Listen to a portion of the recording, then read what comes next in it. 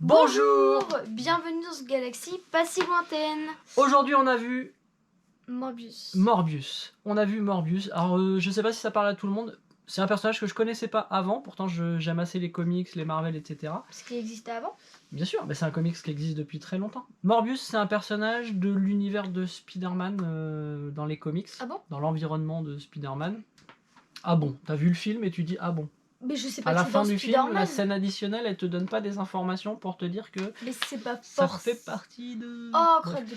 Donc on l'a vu, on savait pas trop à quoi s'attendre. Donc en fait c'est un personnage Marvel, mais c'est pas le Marvel Cinematic Universe. Enfin si, ça fait partie du Marvel Cinematic Universe, mais c'est pas un film Marvel, produit par Marvel, comme les Marvel qu'on peut aller voir habituellement.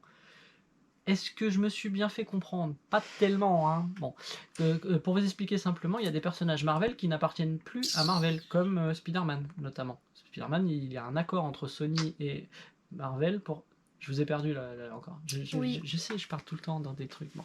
Morbius, c'est quoi l'histoire de Morbius sans rentrer dans le détail pour pas spoiler non plus? C'est l'histoire d'un mec. C'est toujours l'histoire d'un mec, le début du pitch. C'est l'histoire d'un... Sauf quand c'est une fille. Quand c'est une fille, on dit c'est l'histoire d'un mec. En fait, c'était une fille. Voilà. C'est l'histoire d'un scientifique. Je te laisse expliquer, Zina, vas-y. C'est l'histoire d'un scientifique... Brillant, un scientifique brillant. Pas littéralement, hein. Il ne luit pas dans la nuit. Qui a, des problèmes de santé. Il est malade. Oui. Et du coup, il va essayer de trouver... Un remède. Parce que c'est un médecin, en fait. Il en trouve un, mais comme ça part au hasard, dans la rue, il se promène. Mais non, remède. Non, il fait des recherches. Grâce à des chauves-souris. Voilà. Donc il analyse le sang des chauves-souris qui ont des particularités... Pas n'importe quelle chauve-souris, les chauves-souris vampires. Je sais pas si ça s'appelle comme ça, mais c'est des chauves-souris vampires. On ne trahira rien, parce que ça se voyait déjà dans la bande-annonce. En fait, il trouve un remède à partir de sang de chauve-souris vampires qu'il s'injecte. Et lui-même devient un peu vampire, c'est un peu compliqué. C'est pas un film de vampire au sens où on l'entend, encore que... Parce que t'aimes pas trop ça, toi. Donc là, il a tout ce qu'on peut imaginer d'un vampire dans l'imaginaire. Il a la force, le déplacement très rapide. Oh, la tête, elle est... Il vole en... Pour toi, il vole ou pas? C'est pas vraiment qu'il vole. Il se déplace, il plane, on sait pas trop... En fait, les chauves-souris, il faut savoir, elles arrivent à voir les ondes. Oui. Et en fait, du coup, vu qu'il a le son des chauves-souris, il voit les ondes et en fait, il plane dans les... Ouais, comme ça, je l'ai compris, moi aussi. Oui, ouais. En gros, il plane dans les ondes. Vous comprenez rien. Hein, c'est bizarre. C'est sympa. Le film, alors c'est clairement pas un Marvel, justement, sous-entendu produit par Marvel, parce que c'est pas du tout le même genre de grand spectacle, etc. Voilà, le dernier Spider-Man, c'était grand what the fuck, le Doctor Strange qui va sortir, c'est du grand spectacle. Qui est déjà sorti? Morbius, au moment où sort cette vidéo, oui, puisqu'on va le voir bientôt. Avant que la vidéo... Je pense que c'est la prochaine vidéo qu'on va planning faire. est compliqué. Tout ça. Voilà. Au final, c'était plutôt sympa. C'est assez violent. Non, tu trouves pas? En fait, moi, je m'attendais à un truc hyper violent et tout, mais je trouve pas ça si violent que ça. C'est plus violent qu'un Marvel habituel, par exemple.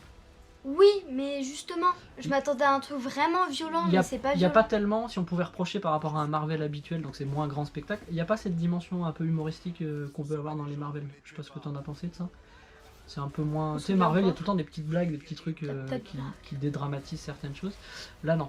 Cela dit, on a vachement aimé, même si dans les critiques de tout ce que j'ai pu lire, il s'est fait démonter, le film. Il est vraiment pas... Alors que c'est trop bien. Voilà. Il est super sympa. Je vais vous lâcher un spoiler là, maintenant, tout de suite. Donc, si vous voulez pas l'entendre, vous allez plus loin dans la vidéo. Il faut rester jusqu'au bout du film. Il y a une scène additionnelle, comme dans tous les films de super-héros maintenant. Tu sais dans les commentaires, ah bon? Mais tu vis où? Voilà. Et en fait, dans les scènes additionnelles, on se rend compte que... Alors, ouais, mais alors du coup, ce que je vais expliquer, il faut avoir vu le Spider-Man, le dernier Spider-Man, où on découvre qu'il y a bien plusieurs... il y a le multivers, en fait, il y a plusieurs univers qui cohabitent. Il y a des Spider-Man qui sont venus dans notre univers, voilà, il y a des personnages qui viennent dans notre univers, mais du coup, il y en a d'autres qui vont dans les autres. Et on se rend compte que Comment il s'appelle, le méchant dans le tout premier Spider-Man? C'est le Faucon? Non, c'est pas le Faucon. Ah non, le Faucon, c'est un... Tu sais, celui qui est avec le soldat de l'hiver. Oui, exact. Le père de sa petite amie, là, comment il s'appelle? Machin. Le personnage qui est joué par Michael Keaton, le premier Batman. Le mec, c'était Je me souviens plus de son nom, peu importe. On se rend compte qu'il est, pour une raison ou une autre, il apparaît dans un autre univers qui est celui de Morbius. Donc Morbius, ça sous-entend qu'il n'est pas dans notre univers. Si on comprend bien, il est dans un autre univers parallèle. Et donc il débarque, le fameux méchant là de Spider-Man, il débarque dans cet univers-là, et à la fin, dans la scène additionnelle, je le disais, c'est On du le spoiler, on voit. le voit et discuter avec Morbius, il a quelque chose à lui proposer. Donc voilà, Morbius il est assez particulier parce que c'est pas vraiment un méchant, c'est même normalement un gentil. Ben, en fait, lui, il veut faire le bien, mais à cause À cause de ça, oui, il a une parce soif que de sang. oui, parce que les chauves-souris vampires. Voilà. Elles Donc il y a se cette soif nourrissent de sang, on sait pas trop s'il est toujours borderline, il pourrait basculer du côté obscur. Tout revient à La Star Wars force. toujours. Voilà. Et donc à la fin, on se demande un peu cette proposition entre le méchant de ce Spider-Man, ça m'énerve, j'ai toujours pas retrouvé le nom, et Morbius, puisqu'il y a ce grand mythe dans l'histoire de Spider-Man, c'est la réunion des plus grands méchants qui vont s'allier pour se battre. 7. Non, ils sont 6, ça s'appelle les Sinister Six. J'y Voilà. étais presque. Donc ça pourrait très bien être le début de ça, de quelque chose. Il y a, ah ouais, avec le mec en slip léopard là. Oui, Raven. Voilà. Raven, oui, exact. Ça m'a marqué Je ça. peux pas le résumer plus que ça, t'as raison.